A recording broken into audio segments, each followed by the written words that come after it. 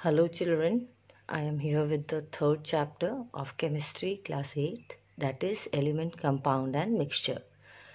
Before we start these topics, element, compound and mixture, let's know why we need to understand what are element, compound and mixture. Children, you all know what is matter?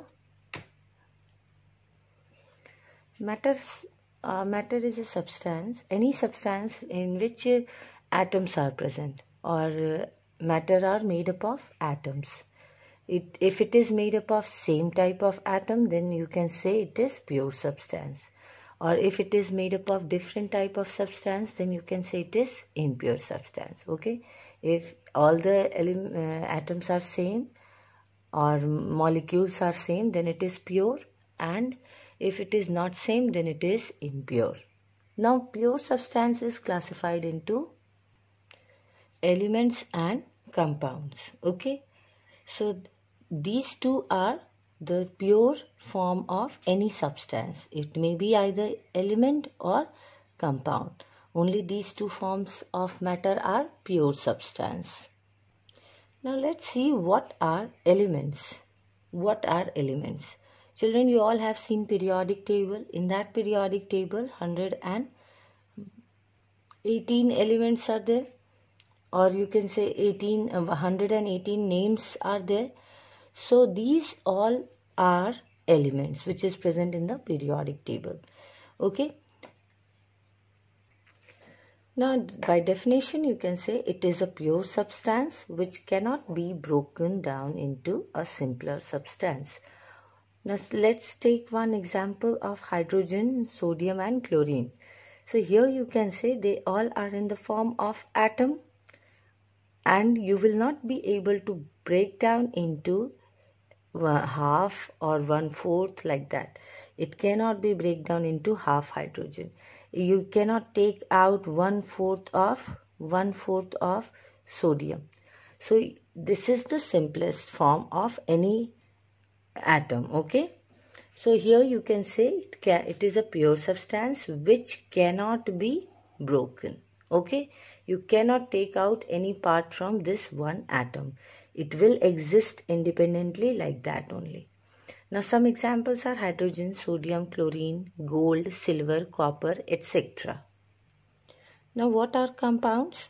It is also a pure substance which is made up of elements. Okay, compounds are made up of elements, and these elements are combined chemically. Okay, they are formed by chemical reaction. Compounds are formed by chemical reaction of element.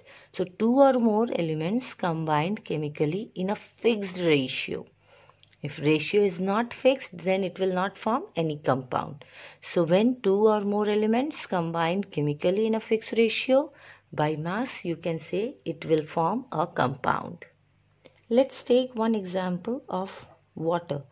Water formula is H2O. So how water is forming? When two atoms of hydrogen combined chemically with oxygen, okay, in a fixed ratio, and they will form a bond. Okay, then you can say it is a compound. Water is a compound.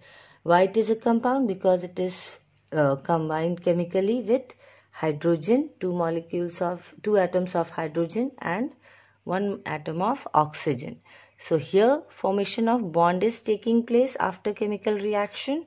So you can say this H2O is a compound. Now let's take one more example of ammonia. Ammonia is NH3. See how one atom of nitrogen is there. Okay, element is nitrogen, and three other elements are also there, hydrogen. Okay, three atoms of hydrogen also, 1, 2, 3 hydrogen and 1 nitrogen. But here you can say they are chemically combined. That's why they are forming bond. Okay, so wherever this type of arrangement is there in which elements are chemically combined means they are forming bond. Okay, they are forming bond between them. So you can, in a fixed ratio, so you can say it is a compound. One more thing you have to understand here, that the compound can be broken down into its element, like water can be broken down into hydrogen and oxygen. Okay, ammonia can be broken down into nitrogen and hydrogen by chemical method. Okay, by chemical method. The compound can be broken down into its element by chemical method. Okay, and here elements cannot be broken down into simpler form. Now see here, elements can be classified into metals, non-metals and metalloids. Okay, or noble gases also. Okay, so these all are present in your periodic table. Metals are there, non-metals are there, metalloids are there and noble gases are there. So you can say these all are elements. Okay, now we will discuss these metal, non-metal, metalloids and compounds can be classified into organic compound and inorganic compound.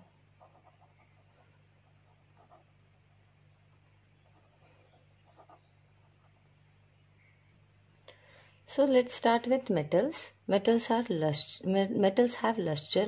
Luster means they have shiny appearance. Okay, they are good conductor of heat and electricity. They will allow electron to flow through it. Okay, good conductor means they allow electron to flow through it.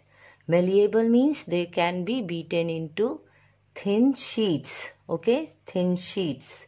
And ductile means they can be drawn into wires. Okay, so here malleable, they are malleable and ductile.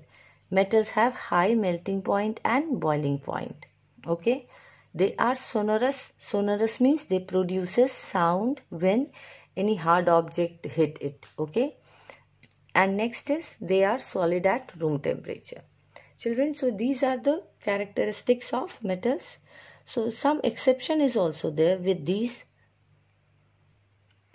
So malleable and ductile, these metals, zinc, sodium and potassium, these are non-malleable and non-ductile. Okay, they are not used for making sheets and for making wires. Okay, they are not used for these purpose, but they are metals. One more exception is there, mercury and gallium, they are in liquid state. Okay, other metals are in solid state at room temperature, but mercury and gallium is in liquid state. Okay, these are exceptions. Next is non-metals. Non-metals are non-lustrous, means they will not have shiny appearance. Poor conductor of heat and electricity means they will not allow electron to flow through it. That's why they are not used in wiring or for heating purpose. Non-malleable and non-ductile, they are not beaten into thin sheets and cannot be drawn into wires. Low melting and boiling point, they can be boiled or melted very easily at very low temperature. Non-sonorous means they will not produce sound when it is hit by any hard object. Here it exists in all three states, that is solid, liquid and gaseous state. Okay. Here also some exceptions are there. All non-metal are non-lustrous, but exceptions are there. Graphite and iodine have shiny appearance. Okay. Poor conductor of heat and electricity, but graphite is one more exception, which is good conductor of electricity. Okay, it will allow electron to pass through it. Okay, so these are the exception. Now some solid non-metals are sulfur, phosphorus. Liquid non-metals are bromine. Okay, only this is in the liquid state. And gaseous are chlorine gas. Okay, hydrogen gas, these are nitrogen gas, these are in the gaseous state. Now next is metalloids. Metalloids is the element which shows the properties of both metals and non-metals. Okay, their property lies between metals and non-metals. Okay, some properties are of metal and some are of non-metals.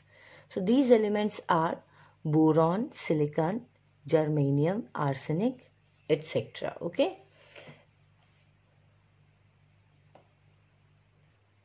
Noble gases are monoatomic. Monoatomic means having one atom. They exist as only single atom. Like noble gases, gaseous term is here, that means they are in gaseous state only, but they are very less reactive, chemically less reactive.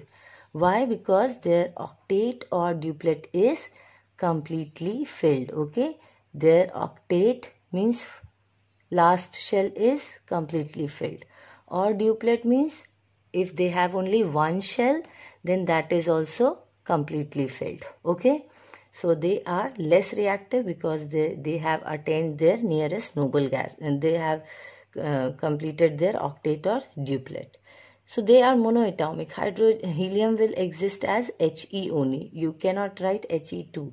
So helium will be He. Neon will be Ne only. So these are monoatomic in nature and they are less reactive. Okay.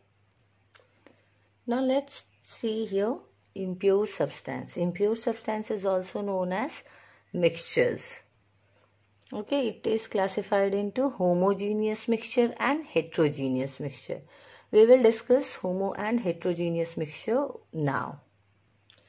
Now, what are mixture? When two or more substances are mixed in any ratio.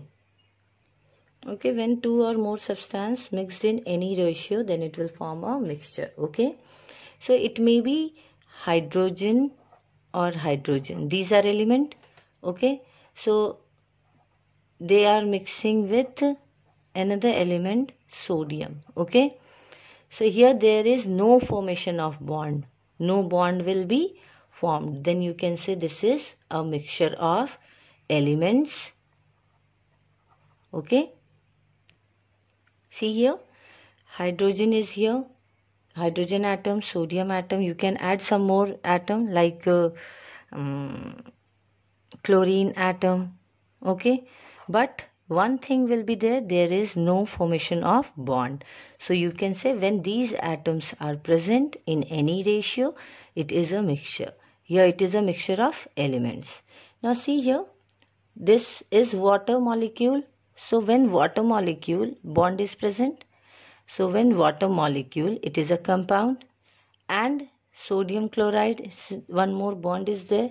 So when water molecule and sodium chloride molecules are mixed together, just like in a glass of water you are adding NaCl. Okay, you are adding NaCl to H2O. So what you will see that it is forming a mixture of compounds. So two compounds are mixed together in any ratio. Okay, you are adding NaCl in water in any ratio, then you can say it is forming a mixture of compound because no bond is formed between water and NaCl. Here you can see no bond is formed between water and sodium chloride. So this is a mixture. Now see what are homogeneous mixture and heterogeneous mixture. So children, homo means same. Homo means same and hetero means different. Okay, so this is the very basic point you have to remember. Homo means same and hetero means different.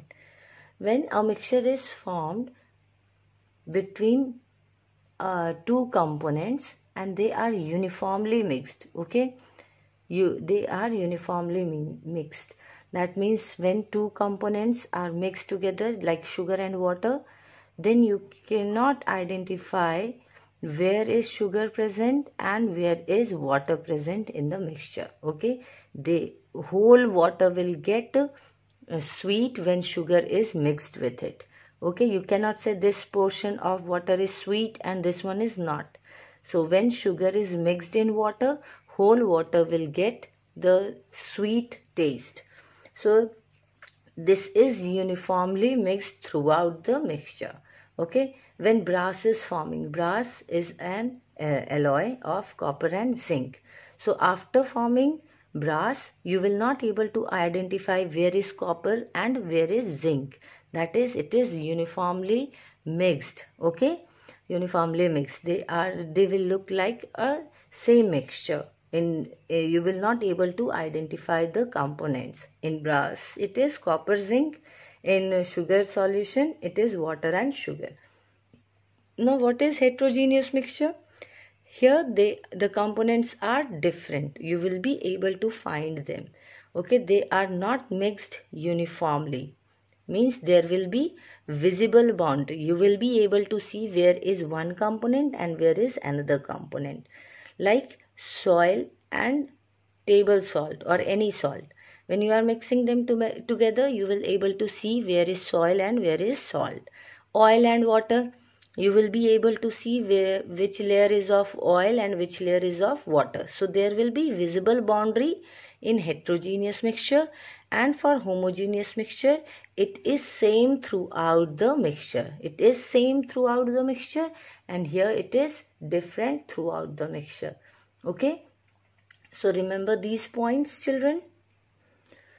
Children, you can easily separate mixture, it may be homo or heterogeneous mixture, by any physical method, and they do not have fixed melting and boiling point.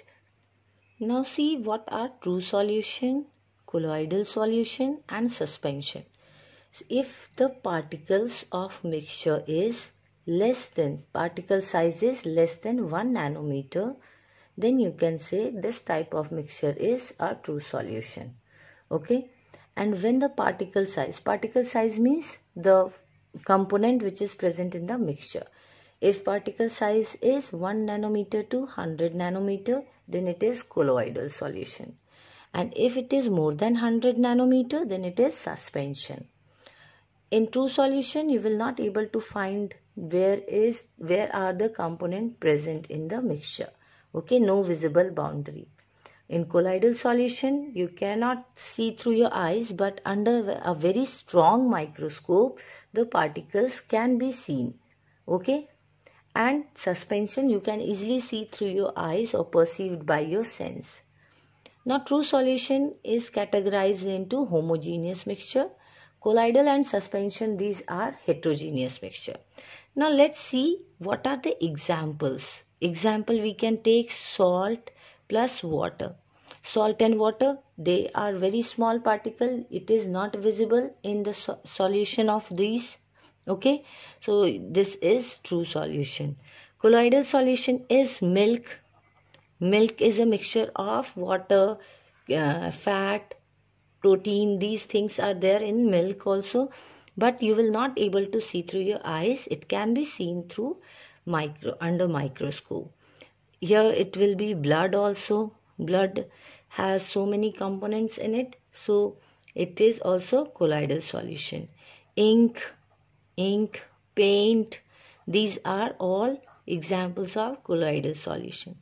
Now suspension is sawdust plus water. You will be able to see sawdust in water. Okay.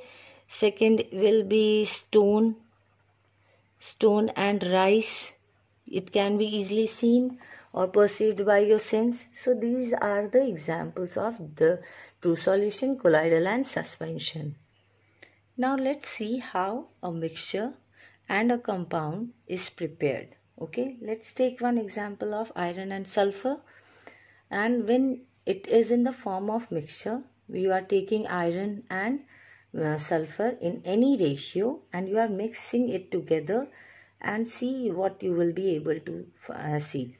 Look here, yellow is sulfur and the solid particle is of iron, and both are visible in the mixture. But in the compound, if iron and sulfur is mixed together and it is heated also, then it will form a compound that is iron sulfide. Okay, and here you will not able to identify where is sulfur and where is iron, because its property has been changed completely. Now it is iron sulfide, no iron and no sulfur. It is a new compound which is totally different from the previous one, iron and sulfur, and it is iron sulfide.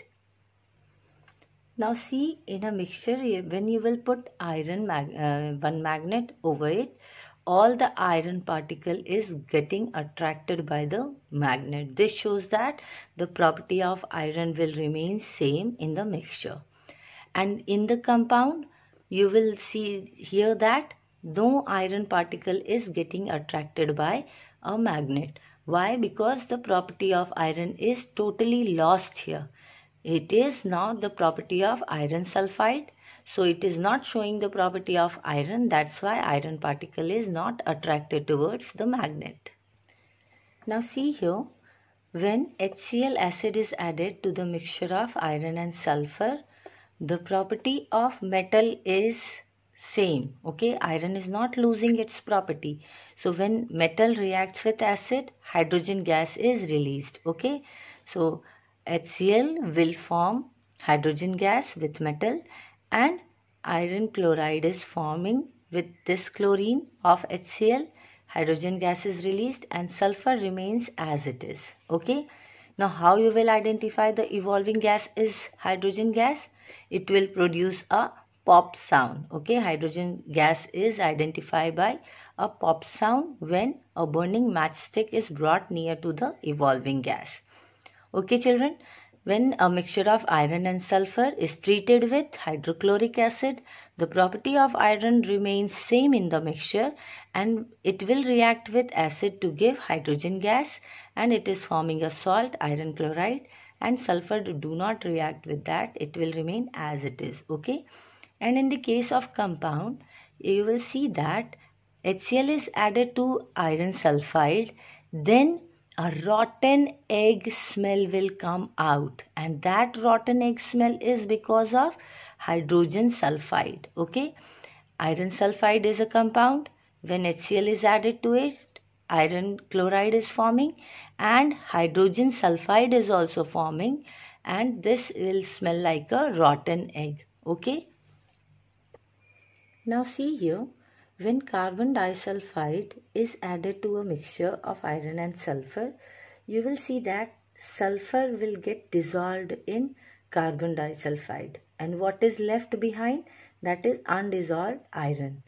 So because carbon disulfide is a very good solvent for sulfur, sulfur can dissolve easily in carbon disulfide. Okay, but when it is carbon disulfide is mixed with a compound iron sulfide, you will see that no visual change is observed. Means iron sulfide will remain here at the bottom and carbon disulfide will be in the upper layer of the test tube. Okay, so here no sulfur is not dissolving in this carbon disulfide because the property of sulfur in iron sulfide is lost. Okay, now it is showing the property of iron sulfide, okay, which is a compound. So in a mixture, the property of iron, sulfur, these remains as it is, and in a compound the iron sulfide is formed, so the property of iron and sulfur is totally different. Okay, so new compound is forming with new properties. Okay children, so these are the difference between mixture and compound. Now see, homogeneous mixture is made up of solid-solid mixture. Type of mixture is solid-solid mixture. Like brass, bronze, solder. In these all mixture, the components are solid. Brass is copper and zinc, bronze is copper and tin. Like that, all are solid. Not solid-solid, heterogeneous mixture. Common salt and sand, when they are mixed together, they will form heterogeneous mixture. Solid liquid mixture, it is homogeneous. Sugar in water, salt in water, these all are glucose in water, these all are solid liquid mixture which is homogeneous. Now next type of mixture is solid liquid mixture which is heterogeneous. Sand and water, sand is solid and water is liquid. And stone in water, these are solid liquid mixture. Next is liquid-liquid mixture. This is the type of mixture that is liquid-liquid mixture. That is homogeneous in nature and it is of water and alcohol. Both are in liquid state. Oil and water, you can say. Oil and water both are in liquid state, so it is also a liquid-liquid mixture. Again, liquid-liquid mixture, that is heterogeneous. Okay, heterogeneous is carbon tetrachloride and water. This is heterogeneous. Carbon tetrachloride is on the top layer and water at the bottom. Now, yes, sorry, oil and water will come here in heterogeneous mixture. Okay, now next is liquid gas mixture, which is homogeneous. You all have drink that aerated drinks like Coke. So these all are having carbon dioxide gas dissolved in it. Okay, so this is a type of mixture, is liquid gas mixture. Now next is liquid gas mixture, which is heterogeneous. Now see here, SO3 gas is passed through water. It will form sulfur trioxide dissolved in water.